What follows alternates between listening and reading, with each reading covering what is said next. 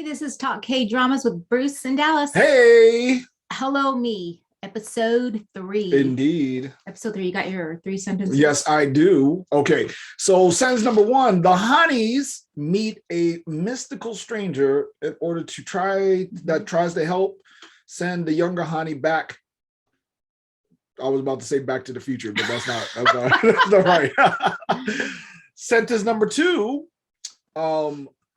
we uncover that Honey and Yoo Hyung have a more intimate connection than we had previously thought. And sentence number 3, the older Honey begins to defend herself. Yeah, those were there. Good It ones. is. Those two, the last 2 were good. Well, thank you. What was the first one again? Wow. That they met the mystical stranger.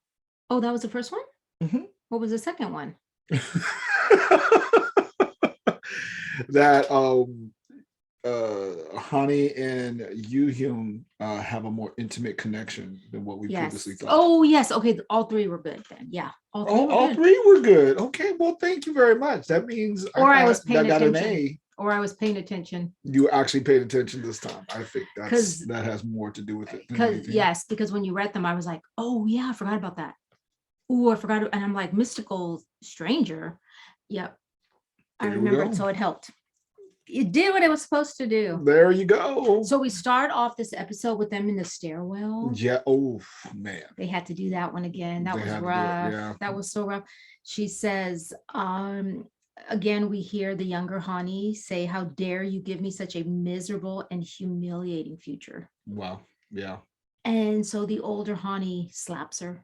Oh yeah. No, that was good. That was a good slap too. I was like, could I slap myself? And then I was like, if I was my younger self, I would be like, well, you can't really be mad because I'm slapping myself. It got weird. It got weird for me. Okay. And then no, I feel you on that. Now I didn't even think about that part of it, but now I'm just like, oh. Because you're like, how dare you hit me? Oh wait. How dare I hit myself? You know how it was like Ace Ventura when he was like, why are you hitting, like he's like with the alligator, why are you hitting yourself? Why are you hitting yourself? Remember that game? Why are you hitting yourself? Why are you hitting? And so yeah, it's kind of like that. Why are you hitting yourself? Yeah, it was a little bit weird. And it was so sad because the older Hani says, I also hate my life. Mm-hmm. And I wish I were dead. And then the younger Hani's like, well, why don't you just do it then? You probably can't even do it. I'll do it for you. And at that second, I thought, is she going to push her down the stairs? And then I realized, oh, snap, she is her. So she just, I was like, oh, she just has to kill herself. Yes, she just had to kill herself. That got really kind of sad. Oh, yeah. No, it did. Big time.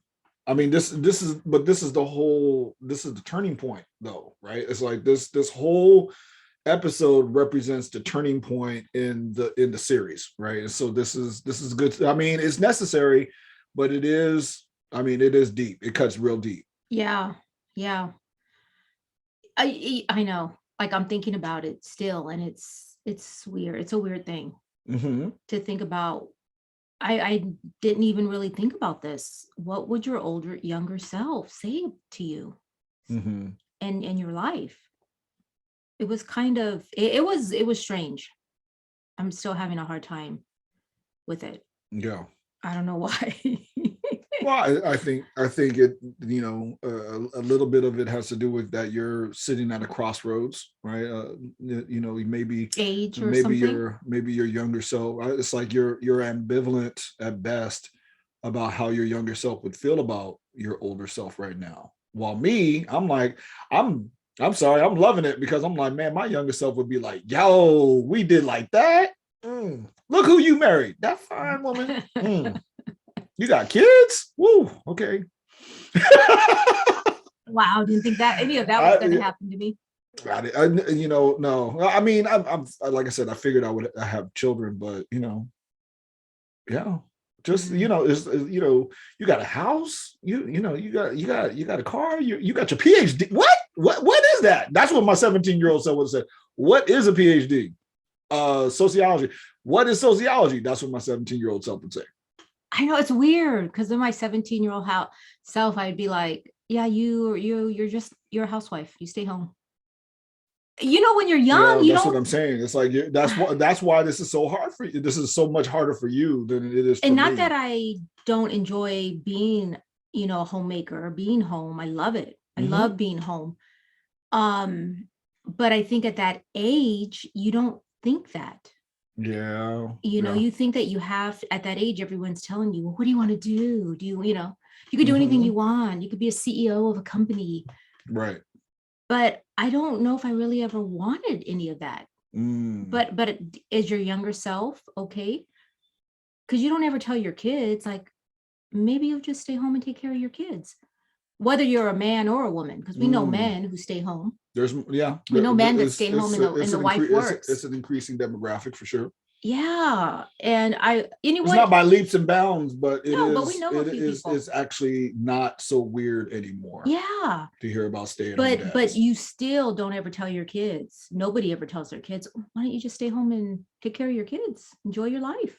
No one will ever say that, and I'm like, why is that not okay? Because I love my life.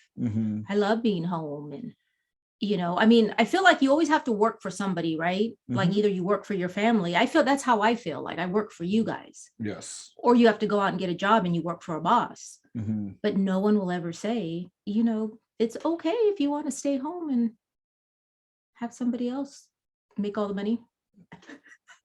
I mean, you're going into like some really deep.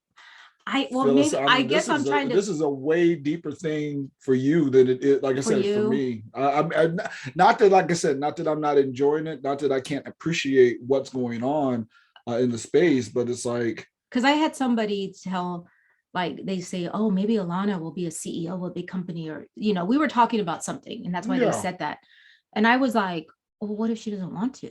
Like, what if she just says, Mom, I just want to stay home. I want to, it's just so, it's so weird how things in my life that I'm doing, like I've been watching Gilmore Girls, which is a show I never thought I would watch. Right. But I was just like, let me just watch it. And they have this one episode where they're watching an old sitcom. Oh my gosh, and I forgot the name of the show, but it's where the mom makes all these big dinners. She wears her dress, looks good for her husband to come home. And they're kind of making fun of it, or they're trying to figure it out, because the main girl in Gilmore Girls, she's like, oh my God, they're making fun of her that mom does all this. And then her boyfriend's like, well, what's wrong with that? If a wife wants to stay home and make dinner for her family, that's nice, And so like, they're figuring that out. And then I'm watching this, and then we started talking about, well, what was your 17-year-old say? Right. And so I'm just, it's in my head, I'm thinking about it. Right. And I was thinking too, when I was younger, I wanted to be a nanny for a rich family, because I thought, why is that funny? As opposed to a poor family. Yeah. Go ahead, be a nanny. Like, this was my dream, was to be a nanny for a wealthy family, because they would give us passes to like all the museums. And I was like, oh my gosh, I could just spend my days taking care of their kids at museums and parks. Like that would be great. They would pay for everything and I would just have fun. Like that's what I was thinking. Right. And so a little later on in my life, when I'm raising the kids, I'm like, oh my gosh, that's the life I have. I'm raising them. Well, before Lana, we had, the two boys, because they were close in age. Michael is a little older, but I spend my days at Legoland, like almost like every other day. Every day we'd get up, eat, and then we'd have whatever it is. We met people at the park, or we were at Legoland, or we had passes to different museums. And that's how I spend my days. And so I had realized, like, oh my gosh, I am like a nanny. I got my dream. I got to spend days at amusement parks. My whole day. You're watching your own kids. Yes. Yes. But I guess the idea of still, being able to do the same thing where I'm taking care of kids, Right. just enjoying being in the outdoors. Right. But nobody will ever say that to their kids. Like, maybe you just want to stay home and take care of them. Like I said, I'm feeling you. I'm just kind of, because we're always telling like Alana, oh my gosh, Alana wants to be a detective. Mhm. Oh yeah, you could do that. But because of Psych.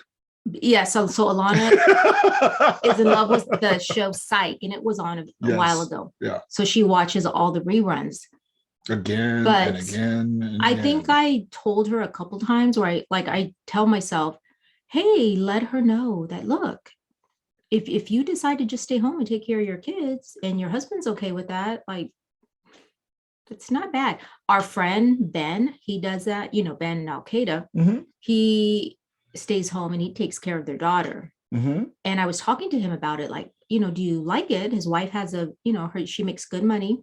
Mhm. She's an administrator, and he high was level administrator, college administrator. Yep. and he was like, it's a good gig.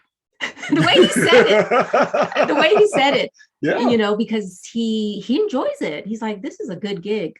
I drop my daughter off at school. I go cycling for hours, come home, do a little laundry. He's like, my life is good.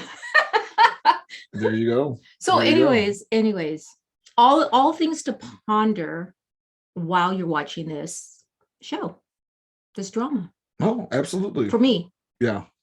That's what While me, like I said, my 17-year-old self would just be like, baller. Woo! Look at that. Look at this dude. And look how good he looks. Ah! That's what they say. That's, you know what? No wrinkles.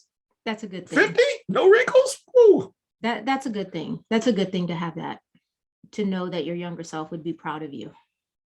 That is my younger self literally would not know what to do with my 50-year-old self. He may have some ideological problems, he might have some differences about me, like the way that I think about certain things or whatever, but it's like part of growing up. Yeah, it's like, older. Bro, when you just, and my older self, me, I'll just be like, yo, bro, just wait for life to happen to you. Life will straighten you out. You will understand why I am the way that I am and why I do the things that I do once you have a little bit more life happen to you.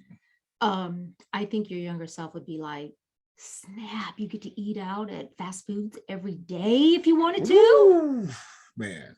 That's it. That's all you have to say. Be happy. I'm gonna say, man, no, my wife, she only give me a $350 allowance, bro. That's a fortune. Like when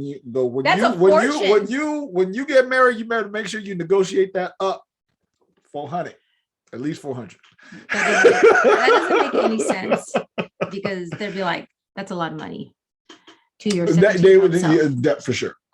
Okay, be like, I have to. I mean, shoot. I mean, can you imagine? It's like 17 years old. The minimum wage. I remember the minimum wage going up to like 3 something. Yeah, I remember. I've kept some of my pay stubs when I was young, and I remember like. Oh yeah, it went up to $4.25. Yeah, $4.25. It went up to $4.25 when I was like 17 years old. Yeah, that's how much we used to get paid an hour. $4.25. Yep. Back when dinosaurs roamed the earth and taking the bus cost a quarter, like stuff like that. Rite Aid ice cream was 15 cents. Gas was $1 or less. Okay. This is great. No, I'm having a good time. But let's get to the story. Let's get to some plot lines. So the older Ha-ni gets a phone call from mom. Yeah. And I was wondering about like, where's mom and all this. So she gets a phone call. So mom is still around. Yep. Grandma is still around.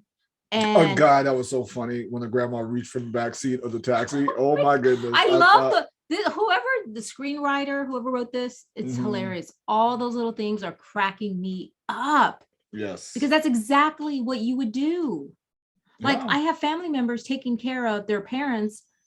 One of my aunts is taking care of her mother-in-law, and she can't go anywhere. Yeah. And I'm like, why? Yeah. Why can't you go anywhere? But this is why you have to take care of them. Exactly. And so that's why she's in the back seat. Yeah. She's all. That was scary. I'm like, who's back there? And it's mom. But the part of this scene is that when she tells the older Hani, you just go back home. Just go back to Daejeon, where they're from, because she told her what happened with the fire in the sister's house. And basically go back home and get married. Yeah. And that's not what she wants. She does not want to do that. Yeah. She's clearly not done punishing herself. Because that's how, that's how this whole thing is going, right? It's like she's punishing herself. Yeah, and I think she does not want the younger Hani to like she does not want the other shoe to drop for the younger Hani in regards to what happened to dad. Oh, I know it's going to come up. Yeah. Well, of course, it's going to happen. It has to happen. I know, and I'm just wondering when it happens, it's going to be a rude awakening.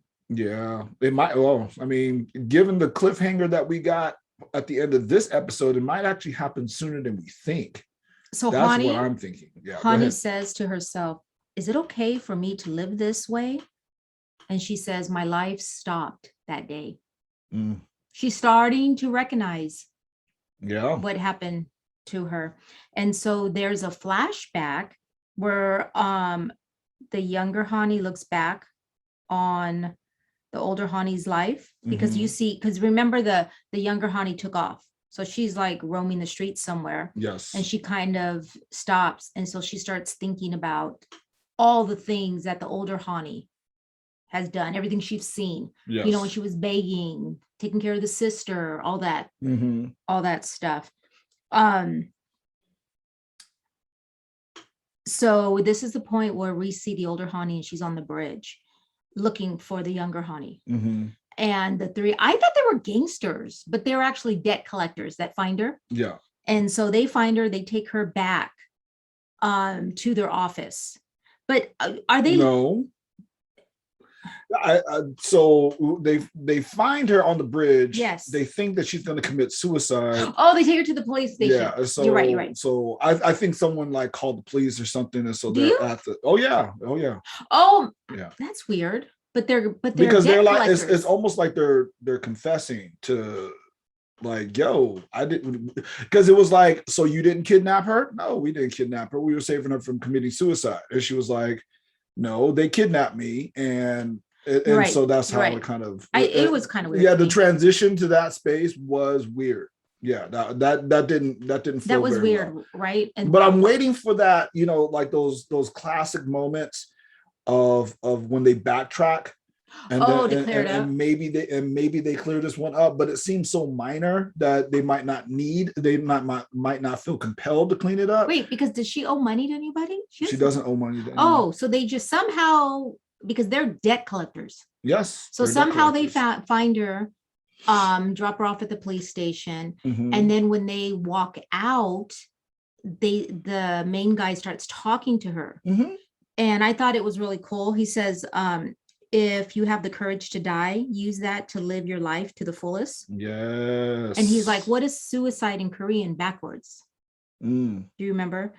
And so I thought that was kind of cool. It's like let's live or something. Yeah. And I really, that was interesting. And didn't we see the same? Oh my gosh, I'm having like deja vu. Didn't we see that same type of thing happen in Equalizer last night?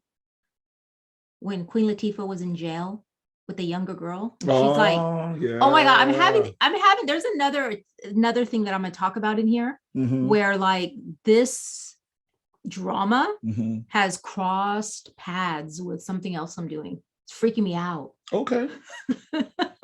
There we go. So we're watching Equalizer with Queen Latifah. So good. I love it. We love the Queen Latifah Equalizer. Yes, but Bruce and I were talking about, there's a scene in jail with Queen Latifah and a younger girl who's in there. And it's like the same thing. Yeah. She's like, use that courage to die, because living is hard. So if you're going to die, use that courage to live. Yeah. And so anyways, that's what the debt collector tells Hani. And then he gives her his card. So because she uses and they're it later. saying like fate has brought us together. So there's it's an interesting it's an interesting mix with me because I'm still thinking about my Enneagram stuff and how this is all like fated together. It's like all this destiny stuff. It's really interesting. How does that relate to an Enneagram? Because she's a 4. She's a And romantic. what does a 4 Well, mean? you know, If you're gonna bring it up, I'm gonna ask because I'm sure not everybody knows what it's you're just too talking much about. to try to explain right now. But it's like she's fours. Their whole identity is based on pain, and that's clear, right? It's like her father dying, her being the fault of that, and so she's internalized all of that and created this life for herself where she continues to punish herself. But how fate is like everything is fated, and we've even seen something like this with like this freakish fate stuff, like things being tied together that are just like, what? Like it seems almost ridiculous. That happens if you're a 4. That's storytelling around the 4. Oh, I see. Okay. Storytelling around the 4. That's what happens. And so, well, I mean, the same thing happened with Crash Landing on You. I hope you guys understood. Yeah, look, I mean, you know what? I did it. I did that. I did that to myself. And so, but the same thing happened with Crash Landing on You, where I don't know how much of that story you remember, but it was a ridiculous connection between the two main characters that happened in like Sweden or something like that. Oh, yeah. Right. Yeah. It was a ridiculous. And so you're not saying it's life. Fate, you're not saying it's life. Fate, yeah. It's not true life. It's just Correct. That's how stories are written. That's how stories are written around 4s. Yeah. Okay. So she's a 4, Hani's a 4. And if you watch Crash Landing on You, the main characters, the main female is a 4. 4, sure. And so they always have some fate happens to them. It's this big mechanism about fate. The king, the turtle monarch, the detective is a 4. Okay. Yes. And so anyway, maybe I should start doing my Enneagram thing again, but I won't. But it's just like I said, this idea of fate being like this instrumental key thing. Things happen for a reason. Even these ridiculously way back in the day kind of things happen for a reason. That's how you write stories around 4s. And so that was my second sentence in regards to saying that you Hyung and Ha-ni, that they have a more intimate connection than what we had previously thought. And so I'm still looking forward to seeing all of that kind of unfold. So all this Enneagram stuff could be new to people listening. They have no idea what you're talking about. So it's temperament? That's not, no, the Enneagram stuff is, it's not temperament. That's the Myers-Briggs stuff. It's, think of it more like motivations. Why you do certain things? The motivation as to why you may do certain things. So if you're really interested in this, Bruce, maybe you should put a link in the notes. 9types.com. 9types.com. Put that in the notes. So if somebody wants to read more about it.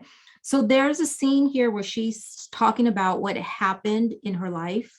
You know, she had already said, my life stopped. Yes. When that incident happened. And then she also says something like, she stopped living because she was so afraid to cause another incident. Yeah. And I get that. I mean, fear just paralyzes you. Absolutely. And so that's another reason why she's, in the situation where she's at. Living the life that she's living. Absolutely.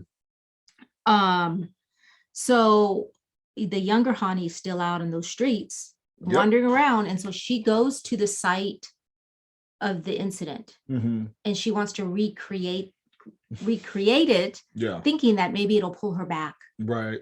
I'm gonna turn my page here. Oh my gosh. I turn my page and it's blank. I was like, ooh, this is gonna be interesting. And so anyways, I don't know where, if this is where Ha-ni goes back to find her. I think Ha-ni goes, the older Ha-ni finds her. She finally finds her. And then they kind of basically come to like a truce of, hey, look, let's just try to find a way to send you back. Yeah. And that's where they start doing all the not silly stuff, but searching the internet, stuff like that. And so they go back to the sister's house. Remember, they go back there and chilling. Yeah. And because nobody's living in there right now, because remember they had that incident with the fire. So probably smells. I was thinking The smells are probably still trying to get it all squared away, Yeah, renovated again, or yeah. like remodeled. And so that's when they start thinking of a plan, what they're gonna do. They start thinking about her name. Like she has to have a name. Yeah. She's like the younger Hani's like, why don't you change your name? I know. Honey fits me so much better. She's so I mean that cracked me up. But they just decided Scarlet. Scarlet, which I love. I thought about that name for Alana, but then I thought about the Scarlet Letter, and I was like, yeah, there's that. But Then you thought about Plumeria, just so that you can call her Plum. Because I wanted to call. I thought we should That's a name her. real thought. That really happened in the Hoskins household, folks. Just saying. I said, because I love plumerias. They smell so pretty. And I said, we can call her Plum for short. And then a friend at work, I was working, and she's like, when she's old, you can call her Prune. I was like, you know what? Let me think of another name. Yeah. So at night when they're going to bed, the young Hani asks about the dad, Yep. and they start talking, and the young Hani said that I feel sorry. She felt sorry for her dad for having to chase after her. Yep. And she still doesn't know. And then the older Hani says, me too. Yeah. Yeah. About because they made him mad. She's like, I'm sorry that I made him mad. And then the older because she revisited that one day. Yep. That's so sad. So oh my gosh. This is why I love this drama. It is hilarious. Okay. So Hyun, am I saying his name right? I think Hyun. He's selling all of his stuff. That is Incognito. That man is so funny. Like, yeah. Under the bridge. And he's selling it to Anthony, who's also Incognito. Yes, he is. But you know what just got me? That just made me laugh to no end. Okay, so Anthony has those glasses. Anthony has these glasses on, and they keep fogging up. Did they? Yes, because he keeps having. That's right. Yes. Problem. That's funny. I was dying. One, because now that we're all wearing masks, that happens to me quite a bit. Yeah. And I just thought, you know what? You mentioned it before. You're like, when a writer puts those little things in that really do happen, it's genius. They're just like, oh my God, you're brilliant. Oh, and he was wearing a mask, right? Yeah. I think he had long hair and a hat. And he had a mask on. Did he have a mask? That's why there was fogging up. I was not even thinking about that. That is, man. But it was funny because he just sticks his finger in there and he's like, okay. And I was just enjoying this way more than what I was, but okay. You know why? Because I had to do that a few times. You know what? That is true. Living in this era, yes. Living in the COVID era, that's definitely a regular occurrence. And also, it was just so funny because I didn't know who those people were. That is true. I had no idea who was buying. I was like, who's selling what? I didn't know until Anthony got back in the car. Then I went, oh, and then I was like, wow, it took you that long. Yes. Okay. I was just dying because I was dying over the glasses, and I was dying over the exchange of him trying to get, the cheaper price. Try to get a discount. Yeah. Yes. He's like, how about for the bus fare? Since I'm spending all this money, you want to give me bus fare? And then he gets in the car and I realize it's Anthony. And I'm like, wait, why is Anthony buying all this stuff? And then I went, oh, that must be Hyun. He must be buying it from Hyun. And it took me a second to realize yes. that Anthony doesn't have any money. He's losing money, but he still needs to play the part. Yep, he sure does. So anyways, I'm sorry. That was just. Yeah, and he's getting vintage, one of a kind type of stuff. He's getting some good stuff. Yeah, for obviously a great price. Okay. Because he's very frugal. Oh my God, this just keeps getting funnier and funnier. So Hyun meets with his brother to try to get him a job. Yes. And I was trying to guess there. I was like, is he trying to get him a job at their factory? I didn't know. We don't know yet. But we're assuming because he's meeting with his brother. Right. And so anyways, the next scene you see, God, I love this. I just can't stop. It's so funny. You see Hyun in front of it's JOA Confectionery, and that's the father's. I'm assuming he owns it. Yeah. The father is the CEO, the chairman. And so his father sees him out there, and they have that conversation. Oh my God, so funny. Again, it's like, what are you doing here?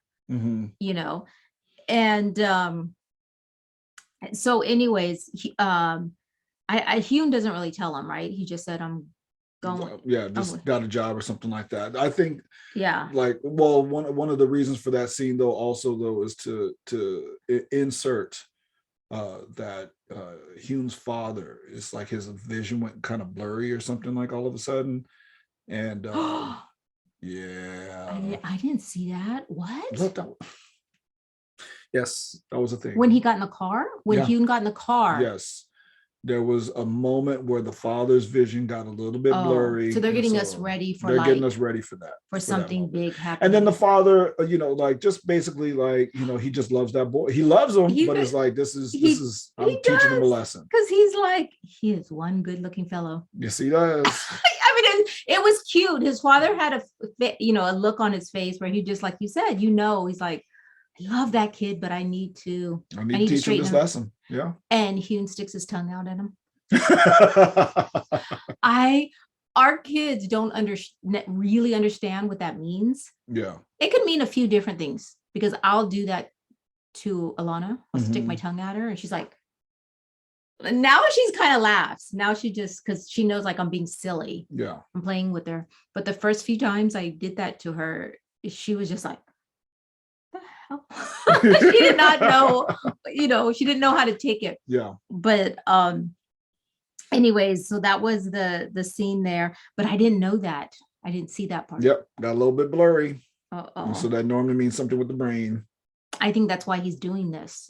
Yeah. To Hume, because he's like, oh snap. I don't know how I don't know if it needs to be that much in it might not be, but you see things like, I don't know how much longer I'm going to be able to keep this job, and he's the heir. Well, they have the other son too. They do have the other son. And the other son is older, right? Is he younger? No, he's younger than Hume. I don't know. Yes, he is younger than Hume. He has to be younger than Hume because Hume's mother is unless the she was first mother. Okay. So again, I talked about how, like, different things in my life are crossing with this drama. Mm-hmm. So I started reading that book. I'm reading this new book, Christmas on the Island Hotel. Okay. And so same situation, except this wealthy guy, he's like a royal, Norwegian royal, who's and the same thing. His mother passed away when he was young, so the father spoils him. And so now this guy's come of age, and he's like, oh snap, I need to straighten him out. So he sends them to this Scottish island to work. Okay. And I was like, oh my gosh, same thing. Yep. Anyways, that's what I was talking about earlier. So this is where the Ha-ni's are at the Cyber Hotel trying to find. Yes. I don't know who they're looking up, but they think somebody will. They Googled time travel. That's what they did. So they both fall asleep when the physicist or something was lecturing, and they were both like,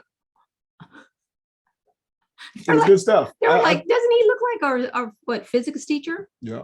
That's so funny. Made me hate physics, but I don't like physics either. So I like physics. I had a great time in my physics class.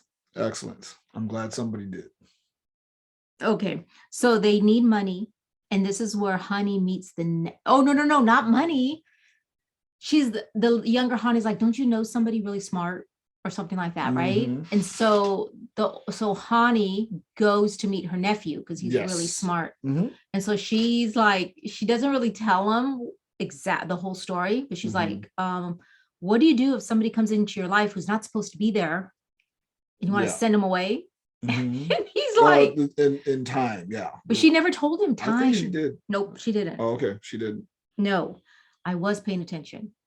And she never told him it was a time travel thing, because that's why he looked at her like, you need to, what did he tell her? Like, you need to stop doing something. And then he gives her some money because he's like, I can't remember what he told her to stop doing. Yeah, I can't remember either. So anyways, he gives her money and he says, why don't you have lunch with mom? She's here. his his mom. Yeah. And so Hani's freaking out because she's like, oh snap, the younger Hani Mm-hmm. is here. And Yeah. so she goes to find her, and they don't meet there, but they, she sneaks her out, right? Because they're like at the restaurant or something. No, she snuck herself out. She used her hair to like Yeah, mask her face. yeah. But yeah. Yeah. So when she leaves outside that restaurant, the sister's there, but they never meet. This is where they meet that stranger. Yes. So he's Sentence like number one. he's like a, what do you call them? Shaman? He's not quite a shaman. They called him a shaman. Yeah, he probably in the show. That's the word that they're calling, that they're using for him, but it's a little bit different. But yeah. But he says, if you're not a ghost, then you must be the same person. Mm-hmm. So he takes them back to his place and tries to give them more information, and then he tells them, you need to come back when it rains, because you need to do a dance, like a rain dance, ritual. Yeah. When it rains. And then he says something to the older Hani to try to convince her that he knows, and it was like, what did he say was your fault, you killed your dad? Yep. Something there it like is. That. Yep. And so if there was nothing else, that for whatever reason, that was the thing that made her believe, I guess. Yeah. Okay, so we have a small scene with Anthony and his pictures. Oh my goodness, that was so funny. But I think it was just to clarify, just to reiterate that he's the same kid. Well, I think that was at least part of it. And then that Korean, what does it say? Man, Korean cosmetic surgery is so good, or something. If you don't know, Google that. Apparently, they're the top. It's transformative. They're transformative. They're transformative cosmetic surgery. Yeah, they're pretty up there in cosmetic surgery. Mm-hmm. That's so funny. But this is where his agent tells him, hey, you got 2 commercials. 2 people want you for commercials. That's funny. And he's like, one's the JOA confectionery. Yep. And snacks. He's like, I'm not doing a commercial for snacks. Mm-hmm. And then the other one was the magazine. Mm-hmm. The magazine for probably Viagra. Yeah, the Korean version of Viagra for sure. Now here's the thing: is that we probably didn't think I didn't think so much about it until just now. Literally, just now, I was like, "Oh, Joa, the snack company is the same company as what the father or it's the same company." Yeah. And so this is how they're going to get tied together. Yeah. I'm like, yeah, how is it going to happen? Everything's faded together. Yeah. So here it is already. He's going to take the job. He's going to take the job. Yeah. Let me see. So we talked about the shaman. The reason why I'm like kind of like going like shaman is probably not the best word, but it's the word that they're giving us. It's because in some way, weird, wacky way, he's using technology. Because he called it jobs. He called his jobs. Yeah. He called his big computer thing jobs. Yeah. And so that's the thing that I was like, shaman's not quite the word. But anyway, that's just me. It's the way of the future. That's just me. I'm a nerd like that. So in order to do this ritual that the shaman is telling them, she needs so much money. Right? Was it like 1.4 million won or something? Well, no, he asked for quite a bit more than that. Okay. But he was just like, how much do you got? So it's 1.4 million. Well, she said I have that. Yeah. Because he's supposed to, because Hugh owes her. Hugh owes her, yeah. So this is the scene where she calls. You laughed when we were watching this. She calls him, and it says pervert. And then when it on his phone, it says old lady. Yes, that was hilarious. Mr. Pervert. Mr. Pervert. She gave him a little bit of respect. You always see that in the dramas, the Korean dramas, how they give nicknames on their phones. And I tried to do that one time, but then I couldn't remember the nickname. Like I'd be like, Bruce. Why is he not in here under Bruce? And I'm like, oh my God, what's his nickname? What's his nickname? Wow. I know Alana changed all mine. So I still have her nickname. And I still have Carter's, but sometimes I forget. And I have to like remember, oh snap, I got to look them up under their nickname.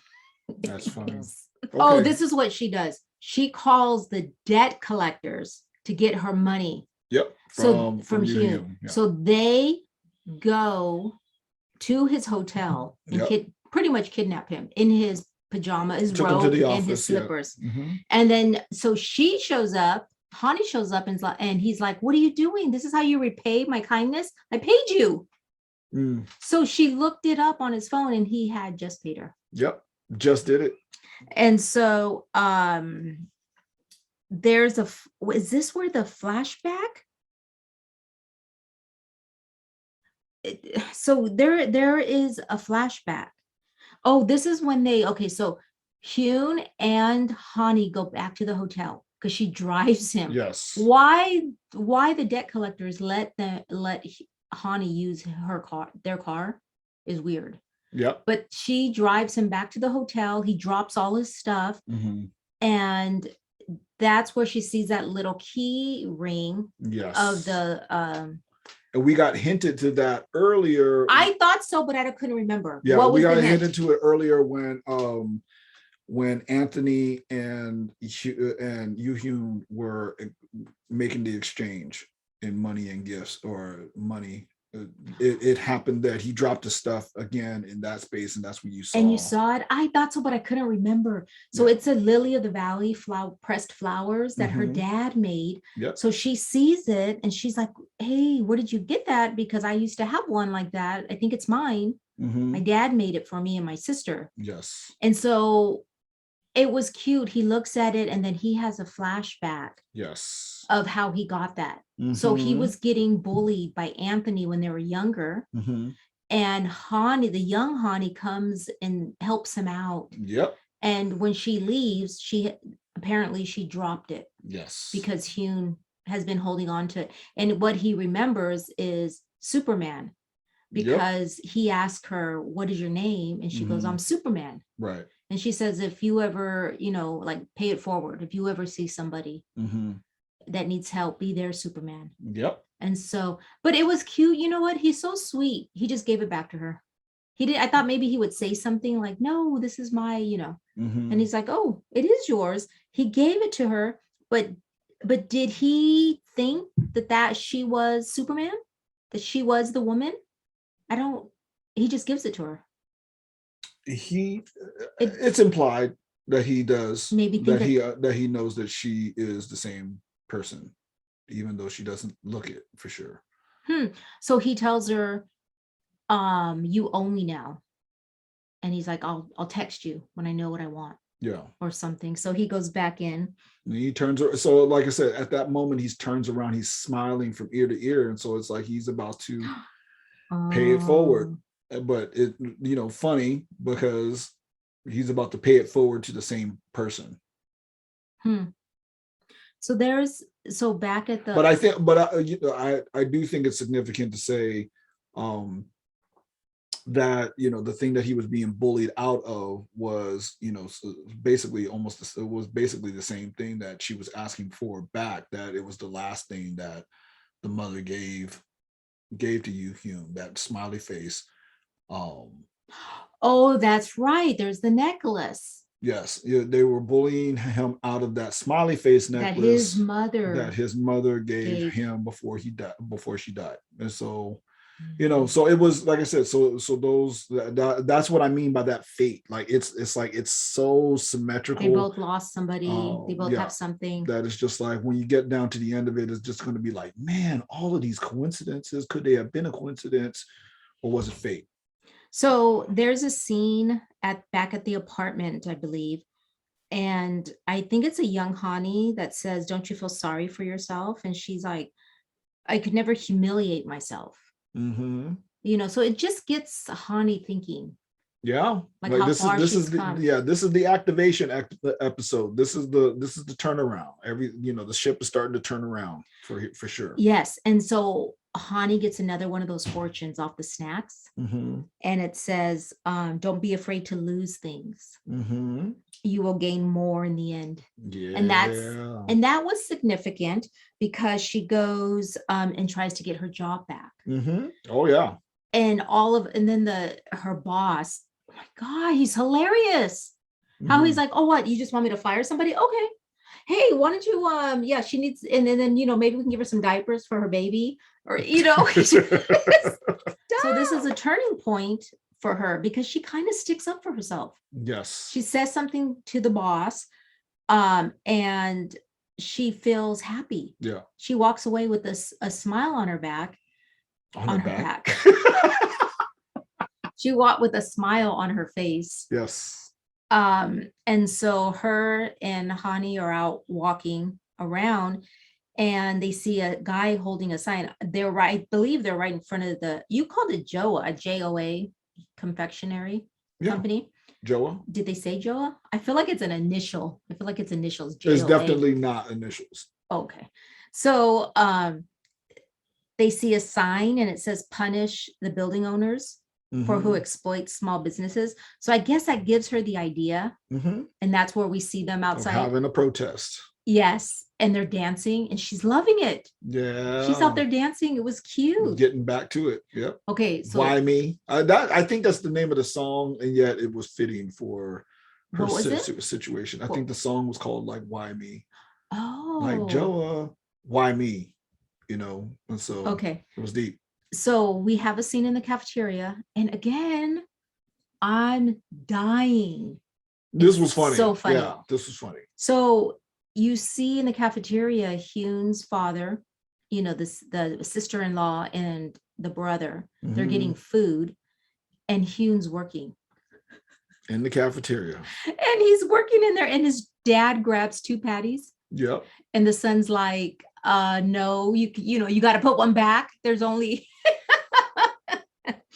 it is funny. I love it. And so the whole scene was hilarious.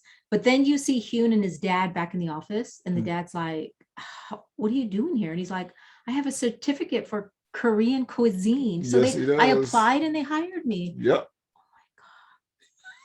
I love it. Hilarious. I love it. I love that. It is so funny. So anyways, the dad challenges him to work in the cafeteria for 100 days because he's like, I don't think you're going to last. You're going to work for a few days and then be done. Yep. And so Hyun is like, even if I cry tears of blood, I won't quit from cutting the onions. Yeah. I love it. Okay. So we'll see. He's going to be working in the cafeteria. And this was really cute. And this, I believe, closes out the episode where the chairman goes outside and he sees the Ha-ni's sitting down eating snacks. He saw the protest part also. But yeah. And he's like, oh, you guys are, eating the snacks. It's kind of funny. You're protesting here, but you're eating their snacks. No? I got it wrong? No. Oh. So you're protesting in front of Joa company and you're eating somebody else's snacks. It was another snack company. It was I was thinking that he was like, how are you protesting, but yet you're eating their snacks? Yeah, no. Oh, they were different snacks? They were different. How do you know? Because he said it. So I must have read that wrong. And it said on the bag. So I read that completely wrong. Because wouldn't you expect them to be eating other snacks if they're protesting that company? Why would you be eating the? That's what they did. At least that's what I remember. So okay. So it was good. They had a good talk. I thought he was going to offer her a job, but maybe not yet. Maybe not yet. But he was saying how he feels indebted to the younger, generation, the workers, and he started talking about like, oh, you're eating snacks. Usually women, don't want to, eat snacks and gain weight. But she had talked about her father and how he would bring snacks. So there's a emotional connection. Right. Absolutely. To the snacks. Yeah. I mean, basically that whole thing was to set up the commercial. It was like almost setting up a commercial. I'm thinking of, I didn't think about it a whole bunch before, but they talked about how they wanted to basically rebrand Squid Good. Yes. Right? And I'm like, and they said that how they were working on it. Yeah, they were working on getting somebody, and it seems like this is the segue already. They're gonna get them back together.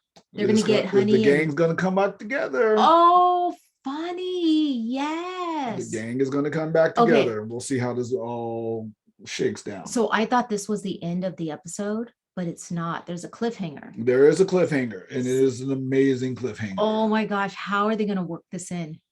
Is this so they go back to the apartment and the sister catches them, both of them together. Yes. And says, honey, and that's it. And that's it. And that's a wrap. I wonder what's going to happen. So now she's in on it. Maybe it's going to heal their relationship. Well, it's going to have to heal their relationship. I mean, this whole thing is about healing, right? And so I'm just wondering how they're going to finesse not telling the younger Ha-ni about the father, because that is literally the crux of the older sisters. That is literally their whole relationship at this time is based on that. The father. So they're going to heal. They're trying to heal their relationship with that. Let's hope. Well, I mean, I'm sure I dread that episode. There's going to be a lot. There's going to be a lot of tears in here. I already know. It's like as funny as this is. It's definitely. I don't think it's going to go to dramedy level. Yeah. But I really think that there's going to be some breakdown moment. I've actually had a few of them already. I mean, look, I'm a pretty sappy, emotional dude, and so when they're reminiscing about the father, and like I said, that whole snack, like the whole thing about snacks is like the best snacks were always when my father would just sneak something in on me. It would change my mood. We saw a scene of that. Yeah. They actually showed. And it's like I'd rather skip a meal than skip my snacks. It's like, man, that sounds like the slogan right there from that. You know, that sounded like the slogan.